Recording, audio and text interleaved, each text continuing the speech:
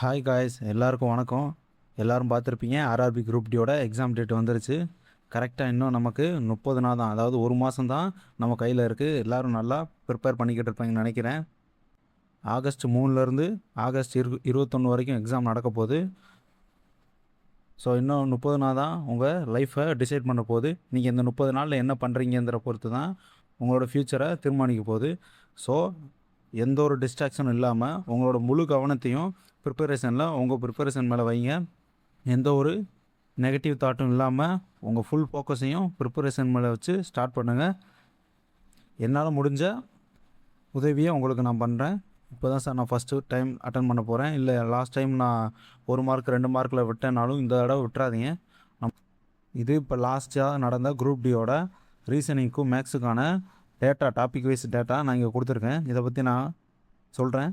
இப்போ வாங்க, நீங்கள் என்ன பண்ணணும்? இந்த 30 நாள், இன்னும் 30 நாள் இருக்குது. இந்த 30 நாளில் நீங்கள் என்ன பண்ணால் உங்களோட ப்ரிப்பரேஷனை ஸ்ட்ராங்காகவும் நல்லா யூட்டிலைஸ் பண்ணிக்க முடியும்னு பார்ப்போம்.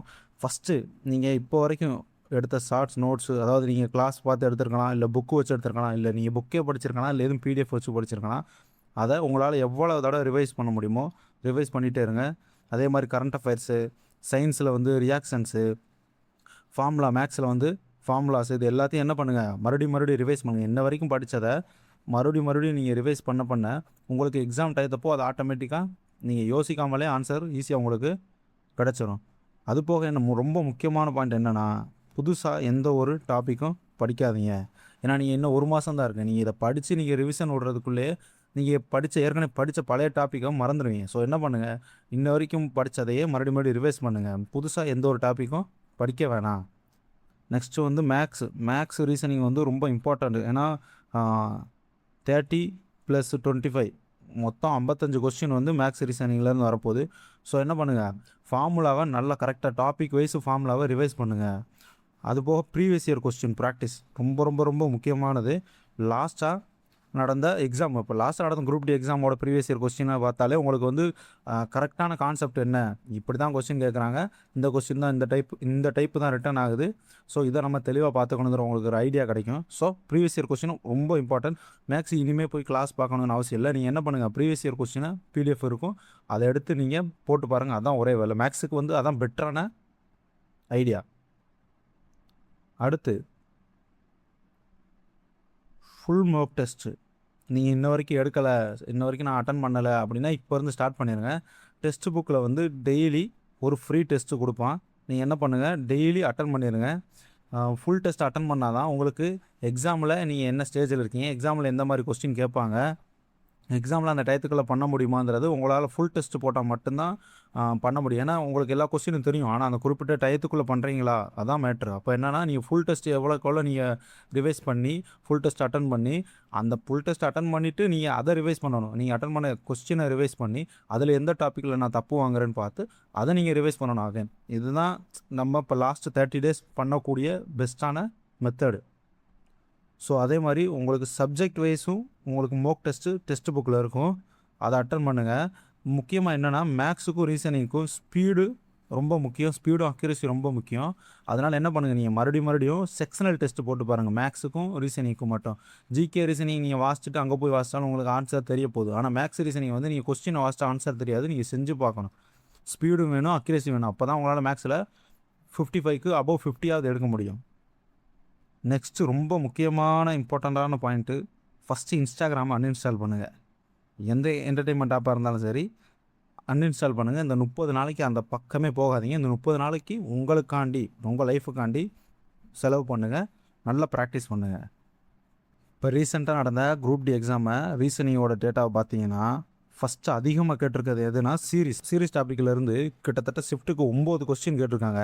அதுக்கடுத்து coding 4 question, seating arrangement 3 question, mathematical operation அதாவது போர்ட் மாஸ் அது 2 கொஸ்டின், அதாவது இதெல்லாம் ஷிஃப்ட்டுக்கு கேட்டிருக்காங்க. ஸோ நம்மளால் இந்த மினிமம் ஒரு 5 to 6 டாப்பிக்கில் நம்ம ஸ்ட்ராங்காக இருந்தாலே மேக்ஸிமம் மார்க்கை நம்மளால் எடுக்க முடியும். ஸோ என்ன பண்ணுங்கள், ஃபஸ்ட்டு நீங்கள் ரிவிஷன் பண்ணுறப்போ இந்த ஆர்டர் வைஸ் நீங்கள் ஒவ்வொரு டாப்பிக்காக ரிவைஸ் பண்ணிட்டு போங்க. அப்போ தான் உங்களுக்கு குறைஞ்ச டைமில் நிறைய மார்க் எடுக்கிறதுக்கு ரிவைஸ் பண்ண முடியும், நிறைய டாபிக் உங்களால் கவர் பண்ண முடியும். அதே மாதிரி மேக்ஸுக்கு பாருங்கள், பெர்சன்டேஜிலேருந்து 2 கொஸ்டின், டிஸ்கவுண்ட்டு, ரேஷியோ, இதில் எல்லாத்துலேருந்து என்னது 2 கொஸ்டின் கேட்டிருக்காங்க. ஸோ என்ன பண்ணுங்கள், இந்த ஆர்டர் வைஸாக நீங்கள் ஃபார்முலாவை ரிவைஸ் பண்ணிகிட்டே போங்க. ஃபார்முலாவோ இல்லை இந்த பெர்சன்டேஜில் இந்த டைப் வைஸ் கொஸ்டின் இருக்கும். ஸோ உங்களுக்கு எதில் மேக்ஸ் கொஸ்டின்னு நீங்கள் எடுத்து வச்சுருக்கீங்களோ அதில் இந்த டாபிக் வைஸு நீங்கள் ரிவைஸ் பண்ணிட்டு போனால் உங்களுக்கு வர்ற எக்ஸாமில் யூஸ் ஆகும். இப்போ 2 டேஸ்க்கு முன்னாடி தான் ரிசல்ட்டு வந்திருக்கும், பார்த்துருப்பீங்க. ஆர்ஆர்பி குரூப் டிக்கு லாஸ்ட் இயர் குரூப் டியில் 2200+ வேகன்சி வந்துருந்துச்சு. அப்போவே நமக்கு வந்து கட் ஆஃப் என்னென்னா 78 யூஆருக்கு, 76 ஓபிசிக்கு, எஸ்சி எஸ்டிக்கு வந்து 70. ஸோ இந்த மாதிரி வந்தது வந்து யாரும் எதிர்பார்க்காத அளவுக்கு ரொம்ப அதிக கட் ஆஃப் வந்திருக்கு. ஸோ இந்த தடவையும் கன்ஃபார்மாக நீங்கள் அதுக்கு மேலே தான் எதிர்பார்க்கலாம். ஸோ உங்களோட டார்கெட் என்னவாக இருக்கணும்? யூஆராக இருந்தீங்கன்னா உங்களோட டார்கெட்டு கன்ஃபார்மாக 83லேருந்து மினிமம் 83லேருந்து உங்கள் மார்க்கு அதிகமாக இருக்கணும். மீன்ஸ் இப்போ 78 எடுத்திருக்காங்கன்னா 78 கட் ஆஃப்னா நீங்கள் +5க்கு எப்போயுமே எய்ம் பண்ணணும் ப்ரீவியஸ் இயர் மார்க்கிலேருந்து. அதே மாதிரி ஓபிசிக்கும் சரி யூஆருக்கும் சரி 83க்கு மேலேயும், எஸ்சி எஸ்டிக்கு வந்து 75ஆவது எடுக்கணும். ஏன்னா லாஸ்ட் டைம் வந்தது என்னது 70. ஸோ இந்த தடவை உங்களால் 75 எடுக்க முடிஞ்சுன்னா கன்ஃபார்மாக உங்களுக்கு வந்து வேலை கேரண்டி, உங்களுக்கு ஃபிசிக்கல் முடிஞ்சா. அப்போ என்ன பண்ணுங்கள், இந்த மார்க்குக்கு நீங்கள் ட்ரை பண்ணணும்.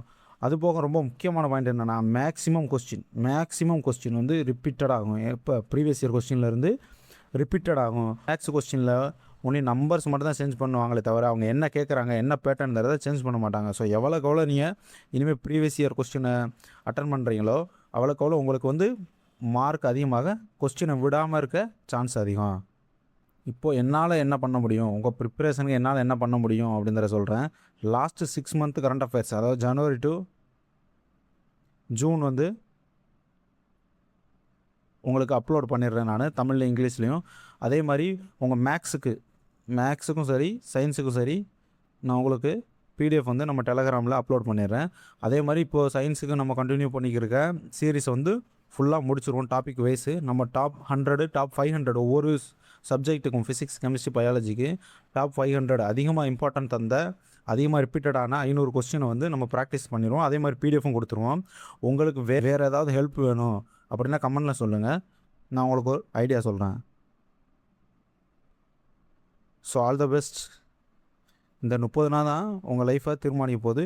ஸோ எந்த ஒரு டிஸ்ட்ராக்ஷனும் இல்லாமல், ஏன்னா நான் ஏன் டிஸ்ட்ராக்ஷன் எத்தனை தடவை சொல்கிறேன்னா, உங்களால் ஈஸியாக பாஸ் ஆக முடியும். அந்த இன்ஸ்டா யூடியூப் நீங்கள் வந்து ஓப்பன் பண்ணி ஷார்ட்ஸோ ரீல்ஸோ பார்க்காம இந்த 30 நாள் உங்களுக்காண்டி செலவு பண்ணிங்கன்னா உங்களால் ஈஸியாக பாஸ் ஆக முடியும். ஈஸியாக 80+ எடுக்க முடியும். கொஸ்டின் எல்லாம் ஈஸி தான், நீங்கள் ப்ராக்டிஸ் பண்ணணும். உங்களோட ஸ்பீடையும் அக்யூரேசி இன்க்ரீஸ் பண்ணணும், அதான் மேட்ரு. ஏன்னா கொஸ்டின் ஈஸியாக இருந்ததுனால தான் இவ்வளோ கட் ஆஃப் வந்தது. ஸோ என்ன பண்ணுங்கள், மறுபடியும் ப்ராக்டிஸ் பண்ணுங்கள். சில்லி மிஸ்டேக் பண்ணாமல் ப்ராக்டிஸ் பண்ண தான் அந்த சில்லி மிஸ்டேக் குறையும். அப்போ தான் உங்களுக்கு அது 80+ங்கிற மார்க் வந்து ஈஸியாக வரும். So all the best guys.